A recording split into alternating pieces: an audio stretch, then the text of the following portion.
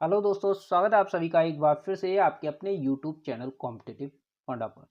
दोस्तों, आज इस वीडियो में हम यूपीएसआई एग्ज़ाम के एक बहुत ही महत्वपूर्ण टॉपिक है और मूल विधि का सीआरपीसी, जिससे बहुत से ही ज़्यादा क्वेश्चंस पूछे जाते हैं एग्ज़ाम में। तो उनके कुछ महत्वपूर्ण प्रश्नों को हम इस वीडियो सीरीज में लेकर आए हैं, जिसमें हम टोटल आपको 150 जो है महत्वपूर्ण सीआरपीसी के प्रश्नों को कराने वाले हैं, जिनमें से मैंने 100 प्रश्नों को अपनी पिछली 2 वीडियोज़ में कराया हुआ है। तो अगर आपने उनको नहीं देखा है तो आप हमारे चैनल पर जाके देख सकते हैं, या फिर उनका लिंक आपको वीडियो के डिस्क्रिप्शन में दे दूँगा, आप वहाँ से उनको ज़रूर देख लीजिएगा। और आज की इस वीडियो में हम जो है बाकी के बचे हुए जो प्रश्न हैं उनको करने वाले हैं। और बताना चाहूँगा, अगर आप हमारे चैनल पर नए हैं, अभी तक आपने चैनल को सब्सक्राइब नहीं किया है तो चैनल को सब्सक्राइब कर लीजिए। और ऐसे ही महत्वपूर्ण टॉपिक्स पर जो है वीडियोस देखने के लिए आप हमारे चैनल को बेल आइकन को प्रेस कर लीजिए, जिससे कि आने वाली सारी वीडियोस की नोटिफिकेशन भी आपको मिलती रहे। दोस्तों, इससे पहले मैंने बहुत सारी इंपॉर्टेंट वीडियोस भी अपने चैनल पर बनाई हुई हैं, अगर आपने नहीं देखी हैं तो आप उनको भी देख सकते हैं। उनका प्लेलिस्ट मैं आपको वीडियो के डिस्क्रिप्शन में दे दूंगा, आप वहाँ से उनको आसानी से देख सकते हैं। तो चलिए स्टार्ट करते हैं और देख लेते हैं आज की इस वीडियो का पहला प्रश्न। देखिए, ये क्वेश्चन है 101 क्वेश्चन है। इसमें पूछा गया है, कोई व्यक्ति अलीगढ़ में चोरी करता है एवं चोरी का माल मथुरा में रखे रहे, तब उसका विचार कहाँ होगा। मतलब अगर अलीगढ़ में चोरी करता है और मथुरा में वो अपने माल को छुपा देता है, तो उसका जो विचारण होगा न्यायालय में, वो कहाँ पर होगा, कौन से न्यायालय, कहाँ के न्यायालय में होगा। तो देखिए, ये दोनों ही जगह हो सकता है, या तो आगरा में हो सकता है या फिर मथुरा, दोनों में ही हो सकता है। ठीक है। अगला प्रश्न है 495, भारतीय दंड संहिता आईपीसी की अपराध के विचारण कहाँ पर होगा। यानी 495 जो धारा है आईपीसी की, उसका विचारण कहाँ होगा। तो ये होगा जिस स्थानीय अधिकारिता के अंदर अपराध किया गया हो, या फिर प्रथम विवाह की पत्नी ने प्रथम बार निवास किया हो, या फिर प्रथम विवाह की पत्नी ने स्थायी निवास बना लिया हो। तो ये तीनों ही केस में, तीनों ही जगह पर जो है इसका विचारण हो सकता है। तो ऑप्शन डी इसका एकदम सही हो जाएगा। अगला प्रश्न है, जब कोई अपराध भारत से बाहर किसी व्यक्ति द्वारा जो भारत का नागरिक नहीं है, भारत में रजिस्ट्रीकृत विमान पर किया जाए, तब उसका विचारण कहाँ होगा। तो देखिए, इसका जो विचारण है वो भारत में उस स्थान पे किया जाएगा जहाँ पर वह पाया जाए। ठीक है। तो इसका विचारण जहाँ भी आपका जो प्लेन है उसके अंदर आपने किया है, विमान के अंदर किया है, लेकिन आप जहाँ भी पाए जाएंगे, जहाँ भी जहाँ आपकी लोकेशन होगी, वहाँ पर इसका विचारण होगा। अगला प्रश्न है, किसी ऐसे अपराध की जिसमें छल करना भी है, जांच या विचारण जबकि प्रवंचना पत्रों द्वारा हुई, किया जाना संभव है। तो ये आपको बताना है। तो इसका जो सही जवाब है वो होगा सी। ठीक है, सी ऑप्शन होगा, यानी कि जिसकी स्थानीय अधिकारिता में पत्र भेजे गए हों और जिसकी स्थानीय अधिकारिता में पत्र प्राप्त किए गए हों। तो दोनों ही जगह हो सकता है। ठीक है। अगला प्रश्न है, किसी व्यक्ति के अपहरण अथवा व्यपहरण के किसी अपराध की जांच या विचारण कहाँ पर होगा। ठीक है। तो इसमें देखिए, इसमें हम बात करें, केवल ऐसे न्यायालयों द्वारा द्वारा किया जा सकता है जिसकी स्थानीय अधिकारिता के अंदर वह व्यक्ति अपहृत या व्यपहृत किया गया हो, या फिर केवल ऐसे भी न्यायालय द्वारा किया जा सकती है जिसकी स्थानीय अधिकारिता के अंदर वह व्यक्ति ले जाया गया हो या छिपाया गया हो। मतलब कि सीधा है, अगर कोई व्यक्ति का अपहरण किया जाता है या व्यपहरण किया जाता है, तो वो जहाँ रहता है वो वाली जगह पे भी हो सकता है, और जहाँ पे उसको छिपाया जा रहा है उस जगह पे भी हो सकता है। तो दोनों ही जगह हो सकता है। तो ऑप्शन सी इसका सही हो जाएगा। अगला प्रश्न है, ये कहना सही है कि किसी अपराध का संज्ञान निम्नलिखित द्वारा किया जा सकेगा। तो इसमें आपको ऑप्शन दिए हुए हैं, आप ऑप्शन देख सकते हैं। और इसमें ए ऑप्शन दिया है कि उस अपराध का विचारण करने वाले न्यायालय के द्वारा। ठीक है, ऑप्शन ए इसका सही होगा। अगला प्रश्न है, दंड प्रक्रिया संहिता की किस धारा में विवाह के विरुद्ध अपराध के अभियोजन के संबंध में प्रावधान है। तो विवाह के विरुद्ध अपराध के अभियोजन के संबंध में कौन सी धारा में जो है दिया गया है। तो ये धारा है धारा 198। ऑप्शन ए एकदम सही जवाब है। आदेशिका जारी किए जाने को मुलतवी किया जाना कहते हैं, कौन सी धारा के तहत है। तो ऑप्शन आपका है वो हो जाएगा 202 धारा। 203 धारा में वर्णित है, क्या वर्णित है। तो देखिए, 203 जो धारा है वो है परिवाद को खारिज किया जाना। ठीक है, इससे संबंधित है। अगला प्रश्न है, जब किसी भी अपराध का संज्ञान करने वाले मजिस्ट्रेट की राय में कार्रवाई किए जाने का पर्याप्त आधार है तब वारंट या सम्मन जारी ना किया जाए। तब तक अभियोजन के साक्षी, जो अभियोजन के साक्षी हैं, वो क्या होंगे, अभियोजन के साक्षियों की सूची फाइल ना की जाए तब तक जो है क्या रहेगा कि वारंट और सम्मन जारी नहीं किया जाता। ठीक है। अगला प्रश्न है, मजिस्ट्रेट की स्वयं उपस्थिति से छूट है। तो इसमें कौन सी स्थिति में छूट है, कौन सी धारा में दिया गया है, ये दिया गया है धारा 205 में। अगला प्रश्न है, 206 के प्रयोजनार्थ छोटे अपराध नहीं है। तो छोटे अपराध कौन कौन से नहीं है आपको बताना है।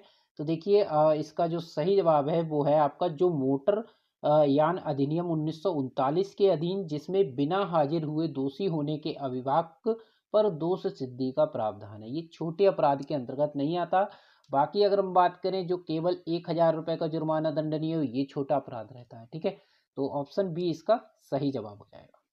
अगला प्रश्न है, अभियुक्त को किन दस्तावेजों की प्रतिलिपि धारा 207 के अधीन प्रदान की जाती है। तो ये की जाती है वो पुलिस रिपोर्ट के द्वारा, 154 के अधीन एफआईआर में, 164 के अधीन संस्वीकृति के दौरान।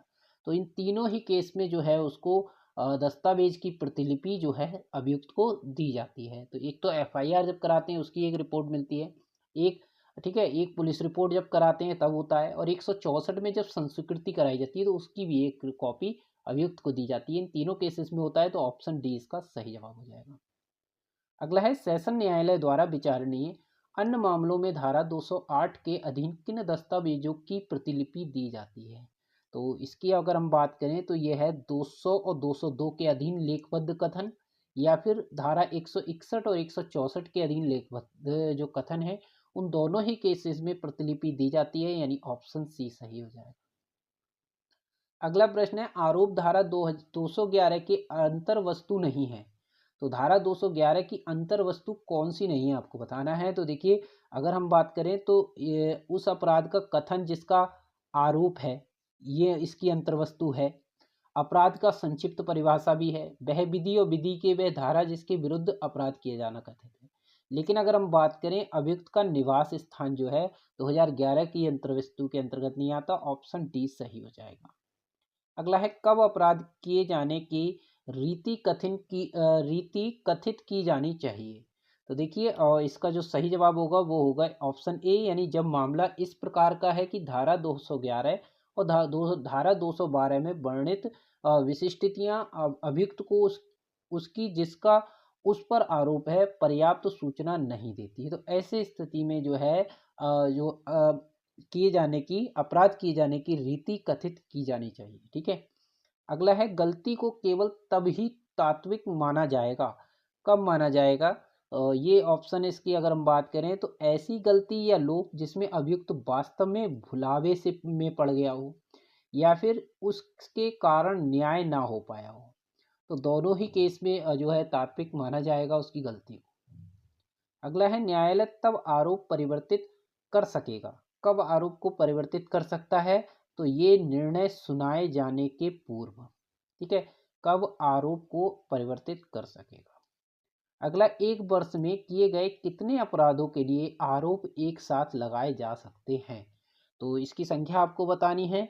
तो 1 वर्ष में किए गए कितने आरोप उस पर कितने अपराधों पर आरोप एक साथ लगाए जा सकते हैं। तो 3, ऑप्शन डी इसका सही जवाब। अगला प्रश्न देख लेते हैं, धारा 219 के अनुसार 1 वर्ष में किए गए एक ही किस्म के अपराधों में किस्म से तात्पर्य क्या है। कौन सी किस्म से मतलब क्या है। तो इसमें है जब वे दंड संहिता की एक ही धारा में दंड के समान मात्रा में दंडनीय हो, या फिर जब वे स्थानीय एवं विशेष विधि में एक ही धारा में दंड के लिए की समान मात्रा से दंडनीय हो, या फिर भारतीय दंड संहिता के अंतर्गत धारा 379 और 380 के अपराध हो। यानी तीनों ही केस में जो है जो एक ही वर्ष में किए गए जो किस्म की बात की गई, तो किस्म से तात्पर्य ये तीनों ही पॉइंट है। ठीक है। अगला है, जब किसी भी व्यक्ति पर कोई अपराध करने का आरोप है तब उसके प्रयत्न के लिए दोष सिद्ध हो सकेगा। अगर उस पर वो अपराध करने का आरोप लगा हुआ है तो क्या वो उसके अटेम्प्ट का भी उस पर दोष सिद्धि हो सकती है। बिल्कुल हो सकती है, ऑप्शन ए। जब कई अपराधों में से एक के लिए दोष सिद्धि हो जाए तो शेष पर क्या होगा। आपको बताना है। तो अगर कई आरोप लगाए गए हैं लेकिन एक पर अगर दोष सिद्ध हो जाता है तो बाकी के जो शेष है वापस ले लिए जाएंगे। अगला है सेशन न्यायालय के समक्ष विचारण में विचारण का संचालन किसके द्वारा किया जाएगा। तो विचारण का जो संचालन है वो किया जाता है लोक अभियोजक के द्वारा। यानी जो सेशन कोर्ट होते हैं उनमें जो विचारण होता है तो लोक अभियोजक के द्वारा होता है। ठीक है। अगला है 230 के अनुसार अभियोजन साक्ष्य के लिए तारीख दी जाएगी। तो तारीख कौन सी दी जाएगी। तो पहले में दी जाएगी अभियुक्त दोषी होने का अभिवचन ना करे, या फिर अभिवचन करने से इनकार कर दे, या फिर विचारण का दावा करे। तो तीनों ही केस में जो है अभियोजन साक्ष्य के लिए तारीख ली जाती है, यानी ऑप्शन डी सही हो जाएगा। अगला है 199(2) के अधीन संस्थित मामलों में प्रक्रिया अपनाई जा सकेगी। तो इसमें जो है पुलिस रिपोर्ट से भिन्न आधार पर संस्थित वारंट मामले में, ठीक है, ऑप्शन बी। अगला है कारागार के अंतर्गत है। कारागार का मतलब क्या है, उसके अंतर्गत क्या आता है।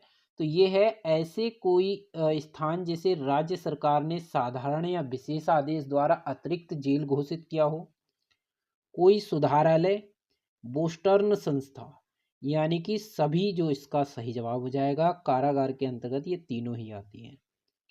अगला है राज्य सरकार किसी व्यक्ति को कारागार से हटने को अपवर्जित करने का आदेश देने से पूर्व इन बातों का ध्यान रखता है। कौन कौन सी बातों का ध्यान रखता है।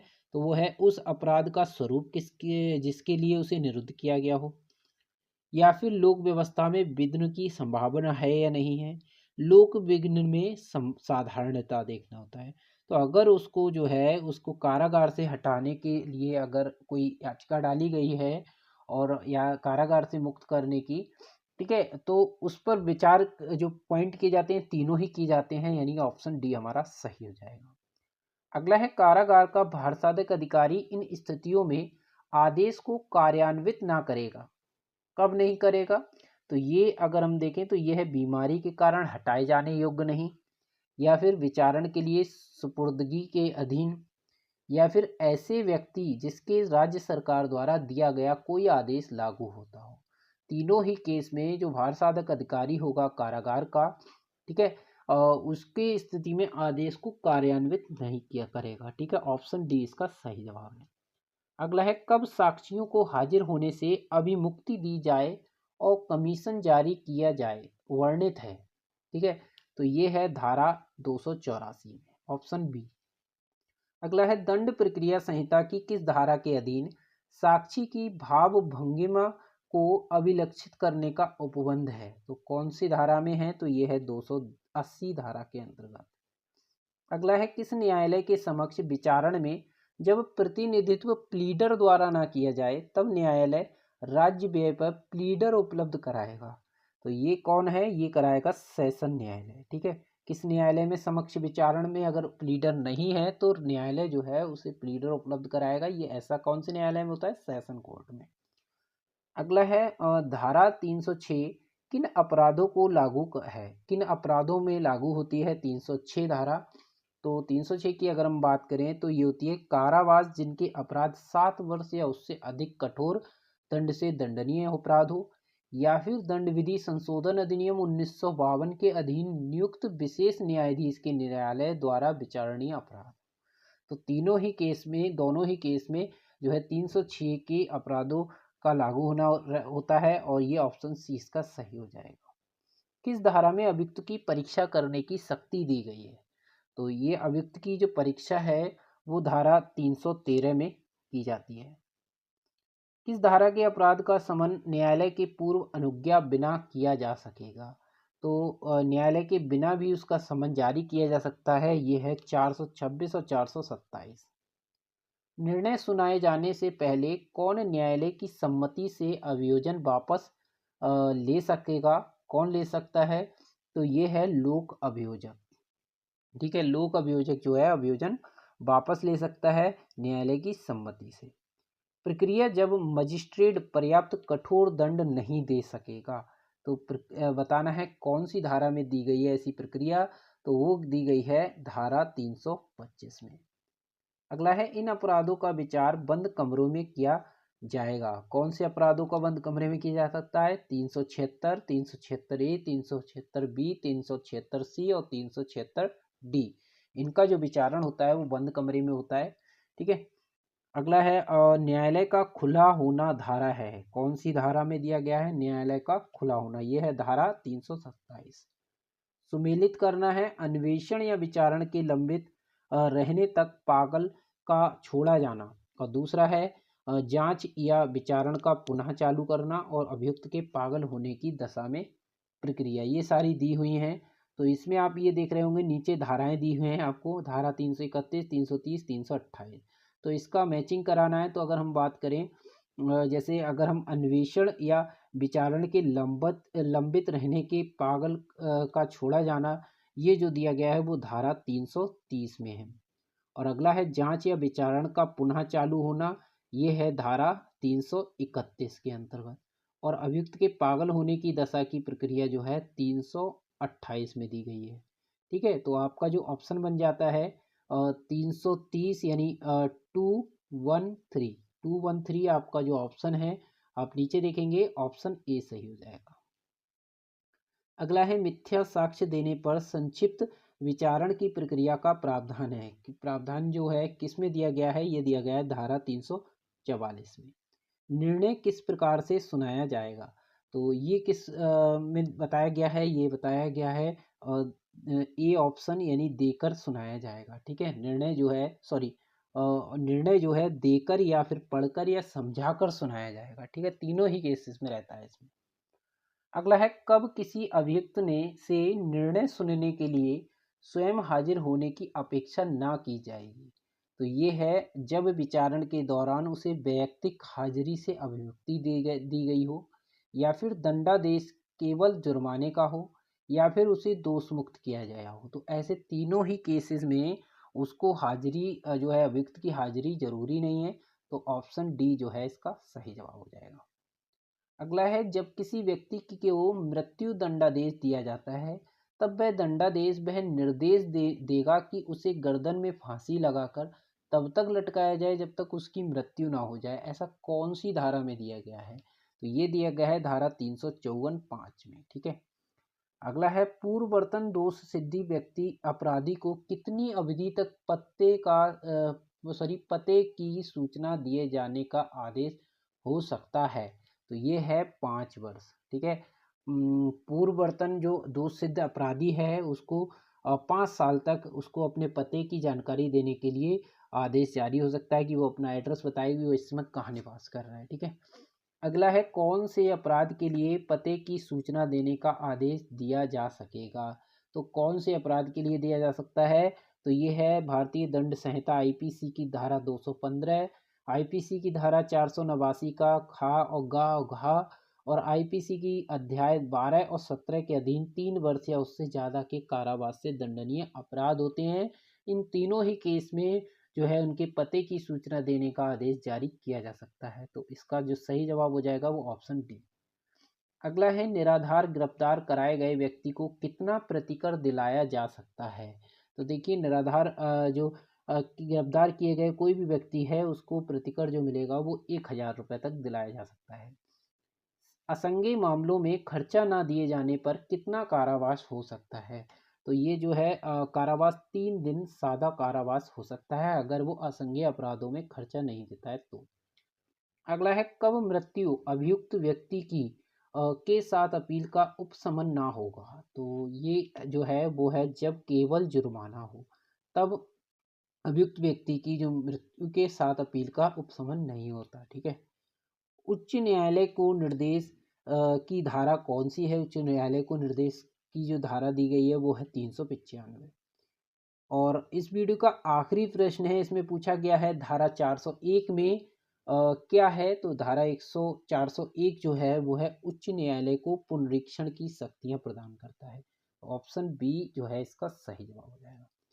तो दोस्तों आपने इस तरह से इस पूरी वीडियो सीरीज में हमारे 150 महत्वपूर्ण सीआरपीसी के प्रश्नों को देखा जो कि एग्ज़ाम के पॉइंट ऑफ व्यू से बहुत ही महत्वपूर्ण हैं। और आपने अगर इन सभी प्रश्नों को तैयार कर लिया तो मैं उम्मीद करता हूँ आप जो है सीआरपीसी के सारे के सारे प्रश्न आसानी से कर लेंगे, और जिससे कि जो है आप आराम से बहुत ही अच्छे मार्क्स ला सकते हैं। मूल विधि के जो एक्ट से संबंधित प्रश्न हैं कुछ महत्वपूर्ण, उनके संबंधित मैंने वीडियो ऑलरेडी अपने चैनल पर बनाया हुआ है, तो आप उनको देखना चाहते हैं तो उनका प्लेलिस्ट भी आपको मैं वीडियो के डिस्क्रिप्शन में दे दूंगा, आप उनको देख लीजिएगा। वो सारे बहुत ही महत्वपूर्ण प्रश्न हैं एक्ट से संबंधित, तो वो ऑलरेडी मैंने पहले से बनाए हुए हैं, ठीक है। और आज का ये हमारा वीडियो आपको कैसा लगा हमें कमेंट करके ज़रूर बताइएगा, और साथ ही साथ वीडियो पसंद आया तो एक लाइक ज़रूर कर दीजिएगा। चैनल पर नए हैं, चैनल को सब्सक्राइब नहीं किया है तो चैनल को सब्सक्राइब करना ना भूलें, और बेल आइकन को प्रेस कर लें, जिससे कि आने वाली हमारी सारी वीडियोस की नोटिफिकेशन भी आपको मिलती रहे। तो तब तक के लिए दोस्तों, थैंक यू। जय हिंद।